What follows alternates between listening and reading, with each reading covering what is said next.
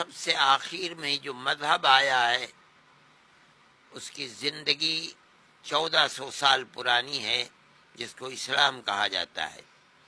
اس سے پہلے عیسائی مذہب آیا جو 600 سال پہلے تھا۔ اس کا مطلب ہے کہ وہ تقریباً 2000 سال پہلے تھا۔ اس سے پہلے یہودی مذہب تھا۔ یہ ایک بات اپنی جگہ پر کسی دلیل کی محتاج نہیں ہے۔ جو لوگ مذہب کو لے کر آئے ہیں، جو زمانہ ان سے قریب ہے، وہ لوگ اپنے مذہب کے صحیح طریقے پر ماننے والے زیادہ تھے بمقابلہ آج کے۔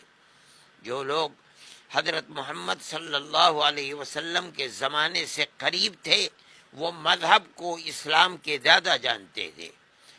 جو لوگ حضرت عیسیٰ سے قریب تھے، وہ لوگ عیسائی مذہب کو زیادہ اچھی طرح جانتے تھے اور اس پر چلتے تھے۔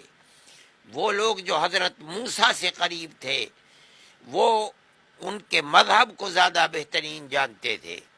وہ لوگ جو مہاتما بدھ کے قریب تھے، وہ ان کے جیون، ان کی زندگی کو زیادہ جانتے تھے اور مذہب کے زیادہ پابند تھے۔ ان لوگوں کے اندر نہ کوئی جھگڑا تھا، نہ کوئی تفریق تھی، نہ قتل و غارت گری تھی، نہ ایک مذہب والے دوسرے مذہب کو قتل کرتا تھا۔ جیسے جیسے زمانہ دور ہوتا گیا، ہم اپنے مذہب کا نام لیتے ہیں، لیکن مذہب کی اصل روح اور وہ تعلیمات جو مذہب کو لانے والے نے دی ہے، ہماری زندگی اس سے دن بدن دور ہوتی چلی جا رہی ہے۔ یہی سبب ہے کہ ایک مذہب والا مذہب کے نام پر دوسرے مذہب سے لڑتا ہے، ایک مذہب والا مذہب کے نام پر دوسرے مذہب والوں کو قتل کرتا ہے، ان کے اوپر حملے کرتا ہے۔ ہمارا ماننا یہ ہے کہ یہ مذہب کی تعلیم نہیں ہو سکتی، اس لیے کہ مذہب تو نام ہے۔ انسان کو پیدا کرنے والے اللہ نے جو دین دنیا میں اتارا ہے، آپس میں محبت، پیار اور اللہ کی رحمت تک پہنچنے کے لیے، وہ دین امن و شانتی کو چاہتا ہے۔ کوئی دین دنیا کے اندر نفرت پھیلانے کے لیے نہیں ہے۔ اگر ہوتا تو دین اترنے کے بعد نفرت کی بنیاد پر ختم ہو چکا ہوتا۔ کوئی دین دنیا میں پنپتا نہیں، لیکن دین بڑھے ہیں، ختم نہیں ہوئے ہیں۔ اس کا مطلب ہے کہ وہ روح جو اوپر والی تھی، جس کو لے کر نبی دنیا میں آیا تھا، وہ روح زندہ تھی۔ مذہب پنپتے رہے، بڑھتے رہے۔ آج مذہب کے نام پر جو کچھ ہو رہا ہے، وہ مذہب نہیں ہو سکتا، ورنہ تو دنیا کے اندر امن و شانتی رہتی۔ The Muslim faith that has come, Islam, which has come 1400 years ago, Prophet Muhammad, peace be upon him, had revelation, and through which we have the religion of Islam. Prior to that, Jesus, peace be upon him, brought the religion which is now known as Christianity 600 years before that. Prior to that, Moses, peace be upon him, also brought, which is currently known as Judaism, and various other prophets, various other spiritual leaders that God had sent to show humanity what is religion. The speaker then emphasizes that those who were in proximity, closer to the spiritual guides, they understood the religion better than those who came later.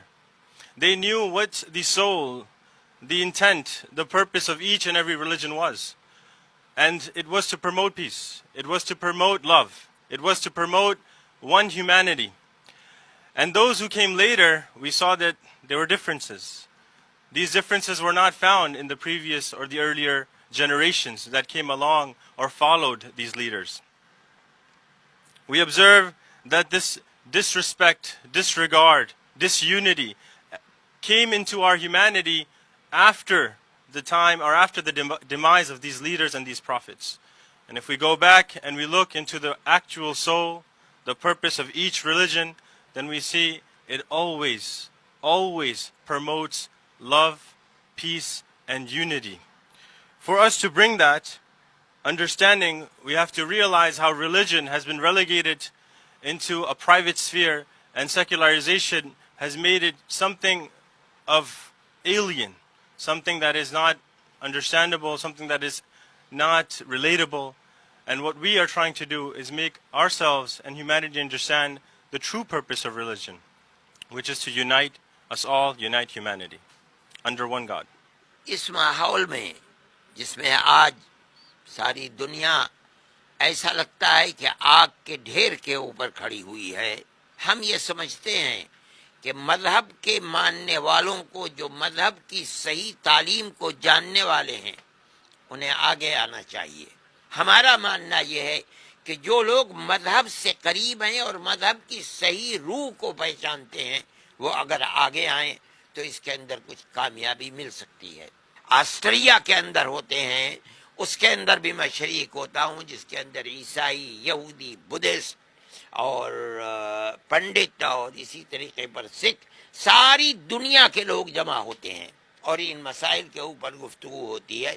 میں یہ سمجھتا ہوں کہ آپ کا یہ اجتماع مبارک اجتماع ہے، لیکن صرف بیٹھ کر یہاں یہ گفتگو کر لینا یہ کافی نہیں ہے، بلکہ میں یہ سمجھتا ہوں کہ اس کے لیے قربانی دینی ہوگی، میدان میں اترنا پڑے گا، اپنے پیغام کو لوگوں تک پہنچانا پڑے گا، ان لوگوں کو جہاں وہ دنیا کھڑی ہوئی ہے، آگ لگی ہوئی ہے، ان کو پکڑ کر کے صلح و آشتی کی طرف لانا پڑے گا۔